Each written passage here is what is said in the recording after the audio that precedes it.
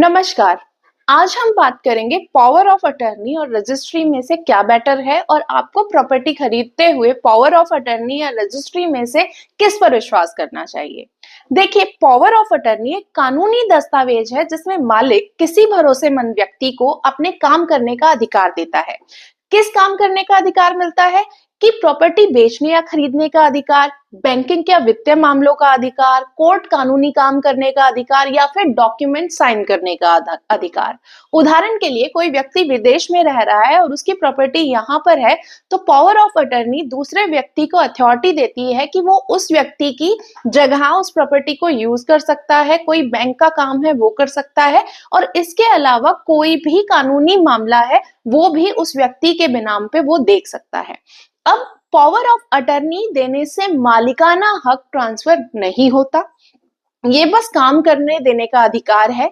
जब व्यक्ति चाहे कभी भी इसको रिवोक कर सकता है, अर्थात पावर ऑफ अटर्नी को कैंसिल किया जा सकता है। जीपीएस से प्रॉपर्टी खरीदना और बेचना दोनों ही सुप्रीम कोर्ट ने मना किया हुआ है, इस पर रोक लगाई हुई है।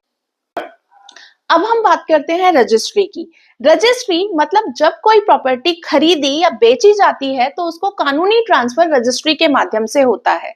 किस काम के लिए होती है रजिस्ट्री? जमीन, मकान, फ्लैट खरीदने या बेचने के लिए। मालिकाना हक मतलब जो अंतिम कानूनी प्रमाण है उसके लिए रजिस्ट्री यूज होती है। म्यूटेशन और नेम ट्रांसफर करने के लिए भी रजिस्ट्री का प्रयोग होता है। ये आधार माना जाता है म्यूटेशन या फिर ट्रांसफर का।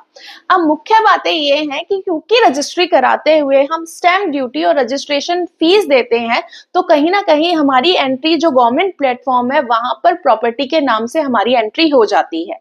इससे कैंसिल करना मुश्किल है। रजिस्ट्री आसानी से कैंसिल नहीं की जा सकती। रजिस्ट्री होने पर ही प्रॉपर्टी कानूनी रूप से खरीदार की हो जाती है। तो दोनों में से कौन बेहतर है, ये आपका सुझाव है। मेरे सुझाव में रजिस्ट्री बेहतर ऑप्शन है, जो आपकी प्रॉपर्टी पर पूरा ही आपका पक्का हक दिलाती है। तो जब भी अपनी इन्वेस्टमेंट करें, ध्यान से करें।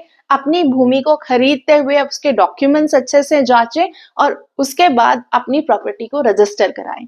ऐसी ही जानकारी के लिए जुड़े रहिए हमारे साथ। धन्यवाद।